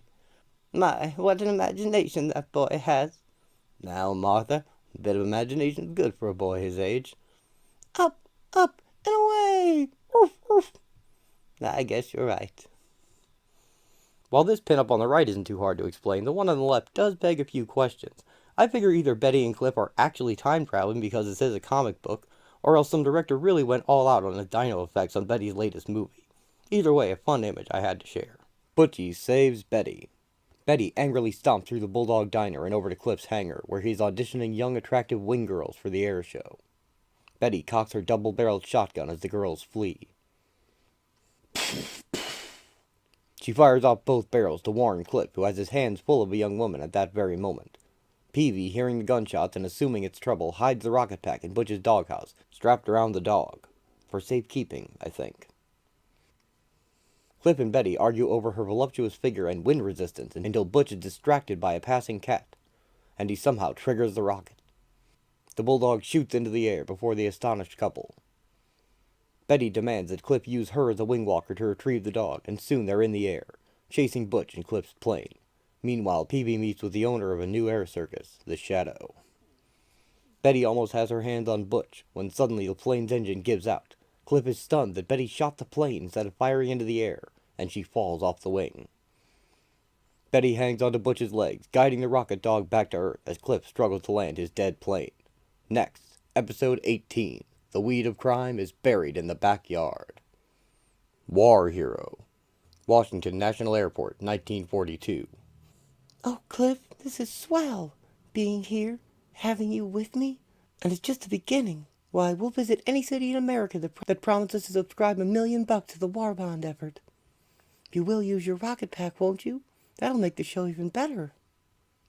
Me, on an endless trek all across the country, part of this fathead movie industry sideshow, when I ought to be in combat.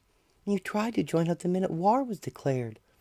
And the War Office 4F'd me. No reason, just beat it, buddy. You don't rate. Like I'm a criminal or something. Well, that rocket pack was government property, and you did steal it, so you can't blame them. If they won't let me fight, I'll do what I can. This war bond selling garbage is for old men and dames who... So unless I'm firing a gun, what I'm doing isn't worth a plug nickel? America needs money to build planes and ships and outfit soldiers and feed them and tend their injuries and... of all the blind, pig-headed...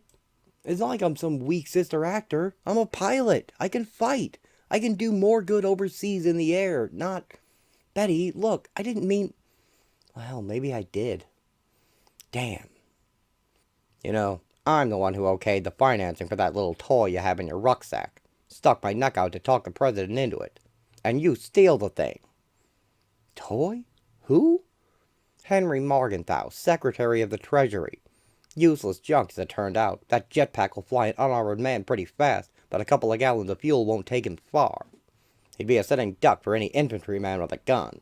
Some elements, powerful elements, say let you keep the thing. My hands are tied, but... You blocked me?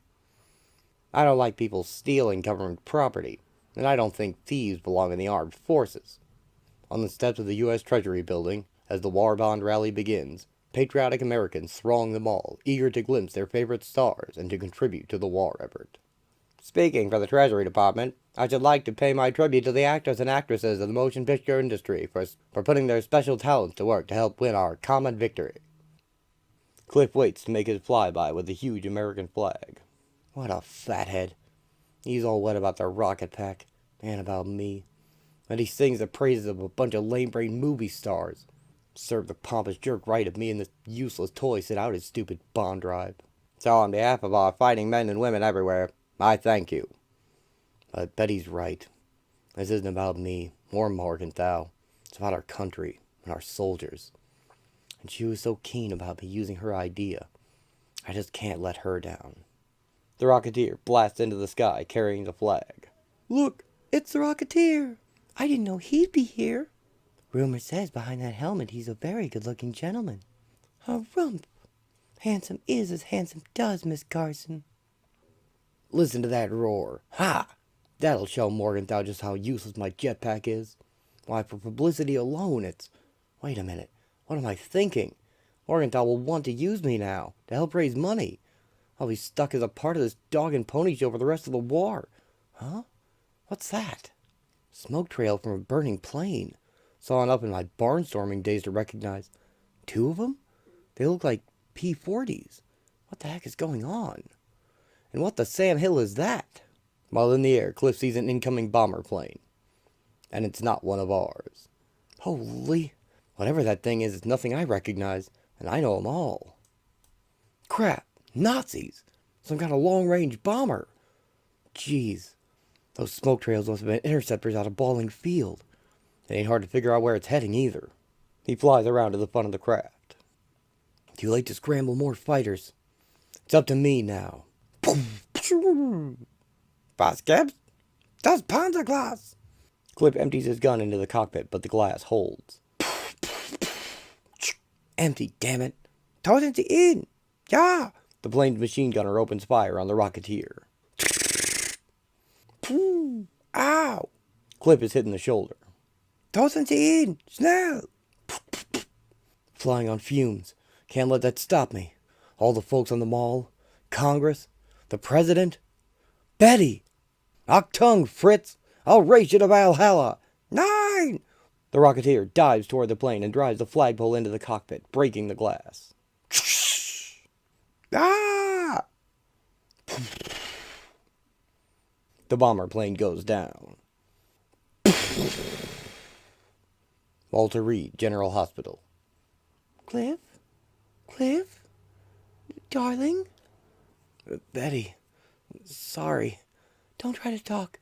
I know what happened. You saved us all. You could have died. My rocket? It's in better shape than you are, young man. President Roosevelt? Secretary Morgenthau has something to say to you. Henry, your heroic action today proved your mettle, if not the value of the rocket pack as an implement of war. I am withdrawing my objection to your military service. Thank you, sir. Take the rocket with you when you join your unit, son. A quick-thinking airman like you might find a use for it. Thank you, sir. And when the fighting's over and you've made sure we won, come back home to me, my Rocketeer. Betty saves the day. Republican Pictures proudly presents The Rocketeer. I love this picture. When last we saw our intrepid hero, he had tracked the saboteurs to the uranium mine. They'd snatched the deadly element and made their getaway on a speeding train. The Rocketeer got the drop on those dirty fifth columnists, but he wasn't prepared for their ace in the hole. The Axis devil had kidnapped his sweetheart, Betty. A moment's hesitation was all it took. One of the rats got in a lucky shot, wounding our hapless hero. It was then that one of the fiends had an evil inspiration. They dragged the Rocketeer to the train's caboose and tossed his unconscious body inside. Then they unhooked the caboose, leaving it to hurtle back down the mountain in certain doom. While the villains laughed, she managed to break free of her captor and made a daring leap for the runaway caboose. Our hero and heroine reunited, but Cliff was in no shape to fly. As they readied themselves for the end, Cliff had an idea. One last chance to save their lives. The rogue caboose streaks toward the end of the line. Will our brave duo escape? Will Cliff's last-minute plan work? Find out in this week's exciting episode! Episode 6, Betty Saves the Day! Betty blasts off from the crashing caboose wearing the helmet, coat, and rocket pack of the Rocketeer, carrying Cliff as he clings to one arm and blood runs down his body. I did it! I saved us! Whoop! Betty loses control and spirals wildly. But please, Betty, I'm too weak to hang on. This was your dumb idea, Cliff Secord. Whoa, there goes your helmet. Forget the helmet. You have to use the buttons. Buttons? Right, the buttons. It worked. Say, this isn't as hard as you make it sound. Cliff? Betty looks down and sees that Cliff is falling. Cliff! Hang on, baby. I'm coming. She dives after him. Betty? Betty snags Cliff just before he hits the water. Got you. You're safe in my arms. Just try to relax. Oh, poop. Poop? Betty? Maybe you should pull up. The two Rocketeers blast directly toward the boathouse. Why, thank you, Mr. Smarty Pants. I'm trying to pull up. Try harder. There. Do you feel it? We're gonna make it. They crash through the weakened wood. I thought we'd make it. Betty loses her grip. Oh, Cliff, hang on. And Cliff grabs onto his coat to hang on by her legs. Gotcha. This river connects to the Hudson. We should be at St. Manoli's in no time. Can you hang on, Cliff? Are you kidding? With a view like this, I could hang on all night. Oh, stop. Betty flies Cliff back to the city. 13 relatively uneventful minutes later. Finally. Civilization. Cliff, your thingy's making noises. It's no big deal. She's just out of fuel. Oh. What? The rocket gives out over the hospital and they begin to fall. Betty grabs a flagpole, causing Cliff to inadvertently rip the front off the jacket she's wearing. He bounces off an awning, breaking his fall. Then Betty lands on him, breaking her fall. Oh. The coat and rocket landing nearby. Yowza. Doctors come out and help Betty up and into the ER. Hey, I'm the one who got shot. Jeez. The next day. Well, now don't we look a sight better this morning? Hey, Betty. Doc told me the bullet lodged between two ribs. I should be up and dancing in no time. I was so worried.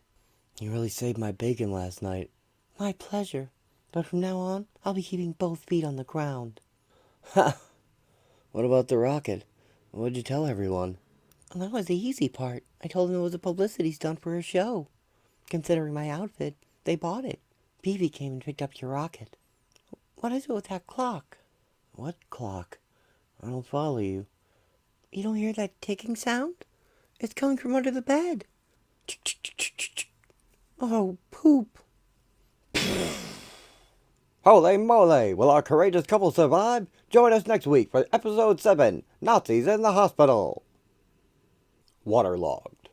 Cliff and Betty enjoy a day at a waterfront amusement park, riding the roller coaster and getting ice cream, when suddenly Cliff sees something that alarms him and he races off. He's so distracted that he runs smack into a muscle-bound bodybuilder posing on the beach, something straight out of the old Charles Atlas ad. He's about to pound Cliff into the sand when luckily Betty distracts him. Cliff takes offense until Peavy points out that she's given him an escape. So what got you so riled up, kid? I think I saw a sub. Might be one of ours. I want to check to be sure. Betty ain't gonna be happy you ducking out like this. Ah, Peeve, she'll get over it. She always does. Yeah, but for how much longer? I don't know, Peavy. I don't know. Look, up there. It's that Rocketeer guy from the papers. Flying out over the ocean, Cliff finds the sub.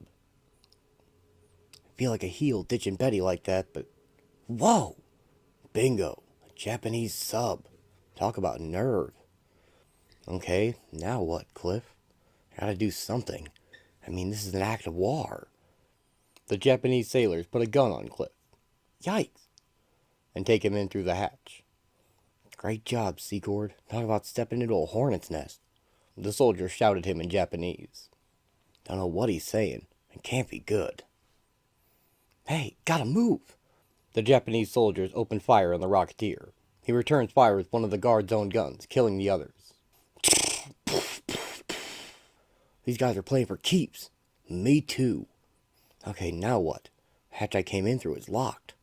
Gotta find some place to hide. To think. Alright, let's try through here. A gun is aimed at the back of Cliff's head. Nuts. I've only got one kind of luck, and it ain't good. Does everyone on this thing have a gun and a grenade? He spins and shoves the man's arm upwards, driving his other arm into his throat. Hey, this is the torpedo room. I think I just figured a way off this boat. Just need some escape velocity. The Rocketeer becomes the torpedo ear for a moment, using the torpedo tube to launch himself into the water and blasting towards the surface.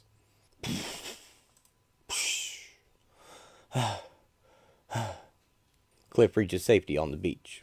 In his hand are several grenade pins. Sayonara, creeps. Hey, we gotta get out of here. Pronto. You don't have to tell me twice. Well, you done and messed it up again. Look, it's all waterlogged now. Ah, Peavy, you can fix anything. Anything, Mr. Secord? Don't count on it. Ah, nuts. Sure, Joe D had a hitting streak going, but better than that, nylon stockings had finally reached Los Angeles. So the last thing on my mind was the Flight of the Aeronaut. Peavy, he had a different sort of mind. This? This is your redesign? It's awful. Give me a break, will ya? I drew it up overnight. Trust me, these'll help with maneuvering. And inside the wings is room for a parachute. A chute would be nice, but aren't you overreacting? Overreacting? You've seen this. The Nazis are catching up with jetpack technology. You're not comfortable with that, are you? What can we do about it? It's not as if we're at whoa. A beautiful and elegantly dressed blonde woman saunters into the diner. Getting a little crowded in here. Better take this back to the hangar. Uh-huh. Yeah, right behind you. Got a light? Me? I mean, sure. Thanks. Listen, I don't suppose you can help me. I'm always happy to help. I've got a meeting in half an hour, and I'm a little nervous about these nylons. The woman bends over the counter. Do you see any runs? No. Not a one. Look at you. You're so sweet. Maybe after my meeting, we could grab a drink? Oh, well, I don't know. I'm kinda seeing someone. No? Not one little friendly drink? Help! Help! Cliff! Help! Cliff rushes outside to see Peavy struggling with a stranger. Hey, you big ape! How about you take on somebody of your own? The big man knocks Cliff down. Oh! What the? I caught that goon trying to swipe the rocketpack out of the truck, so he started hammering me. Guess I showed up just in time. Not quite. He got my new jetpack design. Dankeschön. He and the woman speed off in a car with Peavy's plans. Hey! Yeah, okay. So little Mata Hari got me, but good. Still, the play wasn't over yet. I keep telling you, Cliff, you won't need that. I outfitted this baby with a B-12. She can blow any sedan off the road. Cliff and Peavy chase them in a truck. Nope. Not over by a long shot. Holy Christ! She's the aeronaut! At least I think that's what he said. The aeronaut and the Rocketeer both launch into the sky from their cars.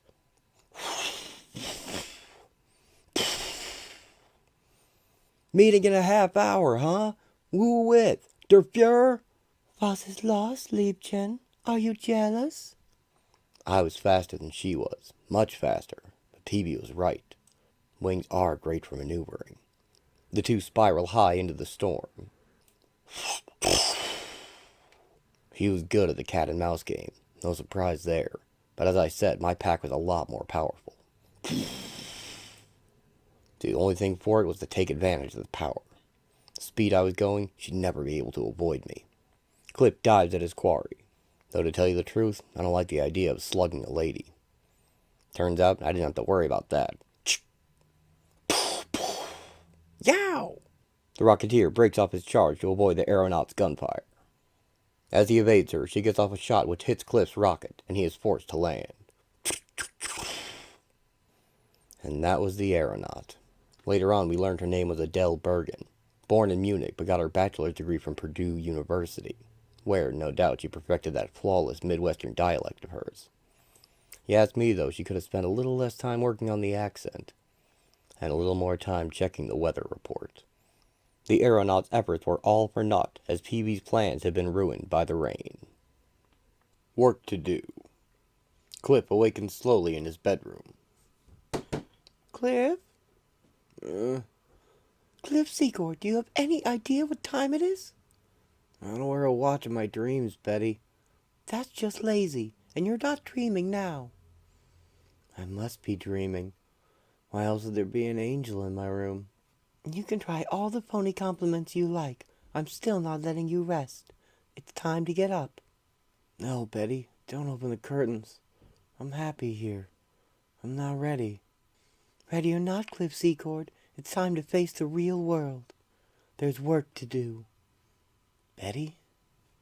The Rocketeer awakens to his reality on a war-torn battlefield. Bodies, weapons, and torn hunks of buildings and vehicles lie strewn all around him. Betty? What? Ow. What did this? My God.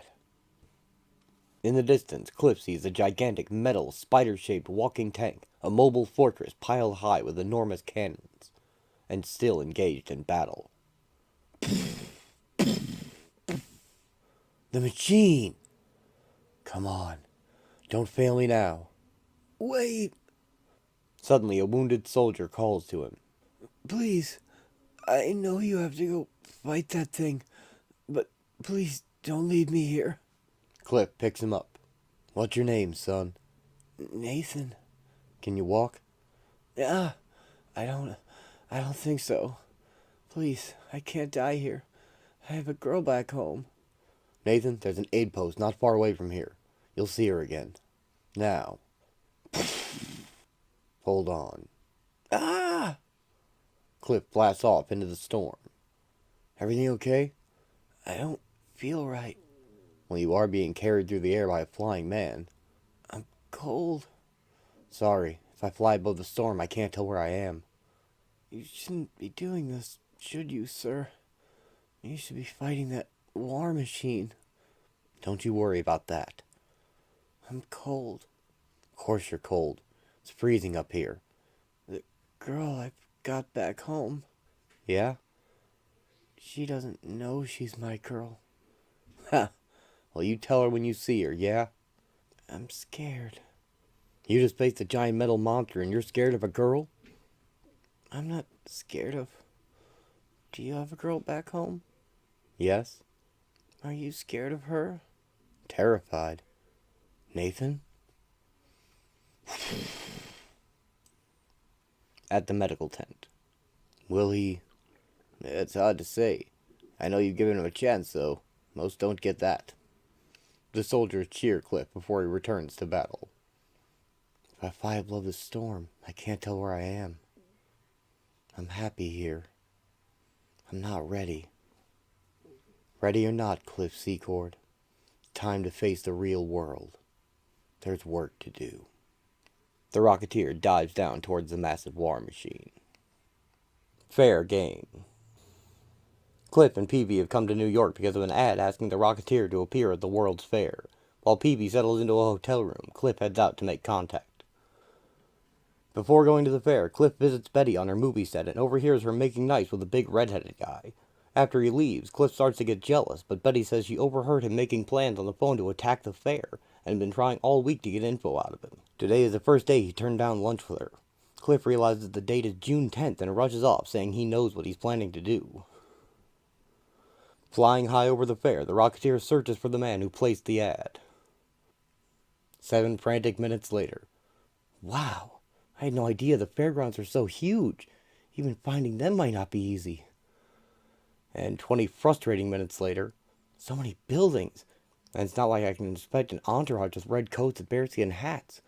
Maybe I should just ask. Wait, there! A small party emerging from the Trilon in Perisphere. But I read that's one of the busiest exhibits. Grover Whelan! Is one of you Grover Whelan? The Rocketeer! I'm so glad you accepted my invitation, but this really isn't the time. This isn't a social call, Mr. Whelan. I have reason to believe someone is going to attempt to assassinate the king and queen. What? With all these guards? How could they even get close enough? Same way I did. Look! The Rocketeer points to the sky. Are any planes authorized to fly over the park during the royal visit? No. Who the devil is... Someone in serious need of stopping. The Rocketeer launches into the sky to confront the unauthorized flyer. Betty said his farewell sounded like he didn't think he'd ever see her again. I'll bet he's planning on crashing that plane right into the park. Cliff flies in front of the plane. Stop! What in the devil's name? That's the Rocketeer. I've seen him in the newsreels. Well, the next film he's in will be his obituary. The pilot shoots at Cliff from the cockpit. Pew, pew, pew. Yow! He's not going to be easy to stop, but at least he's overshot the fairgrounds. He's swinging back. Not for long, though. Time for a more direct approach. Cliff flies to the door and enters the plane. Holy!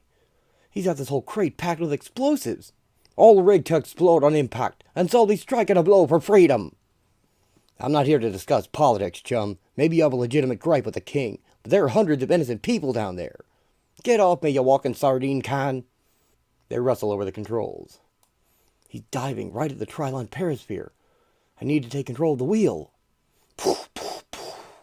Cliff empties the man's gun. He punches the redhead out and grabs the wheel. Oh, now I can. Oh no! He shot out some of the control cables. There's no way to steer. Cliff exits the plane. One chance. But I won't be able to save all those people below and Flannery. The Rocketeer shoves the side of the plane, powered by his rocket.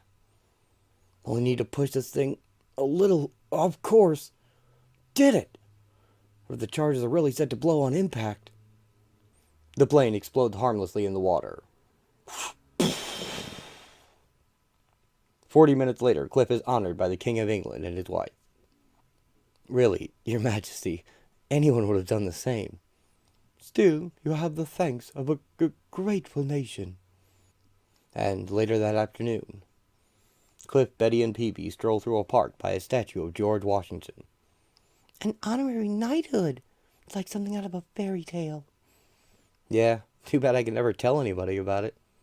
Speaking of telling people things, I wonder what old George here would have to say if you told him you'd saved the life of the King of England. During the war, Cliff sent Betty a series of letters with accompanying photographs, which would later become a scrapbook of memories. They read, Dear Betty. The picture shows Cliff flying high above a Pacific island. September 16th, 1944. Well, we're out here. I don't think I'm allowed to tell you where, but we're okay. Don't know when I'll really be in it. We're mostly training so far. But I'm managing to get some air and see the place, you know? Got V-mail for you, Betty. Thanks, Rusty. You're a peach. Betty, hurry up. We'll be late. Right behind you, Nedra. Dressed ahead of time and everything. The picture shows Cliff relaxing with the crew of an airbase in the Pacific by a bomber plane. October 4th, 1944. It's a ton of work, doll, I'll tell you that much. And damp, like living in a steam bath. But they're a great bunch of guys. Some of the best I ever knew. And they're all jealous as hell of me having a honey in a Broadway show.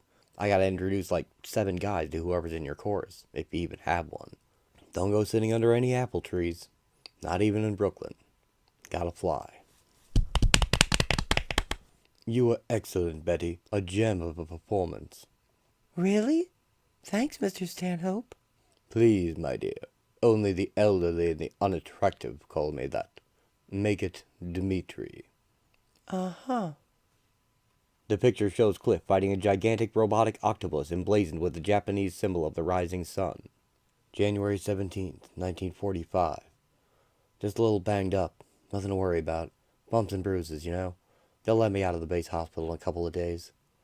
To Pete, right? Betty? Gotta go, Miss Tess, before you get mobbed. Besides, you got enough broad in here already to sink this flower.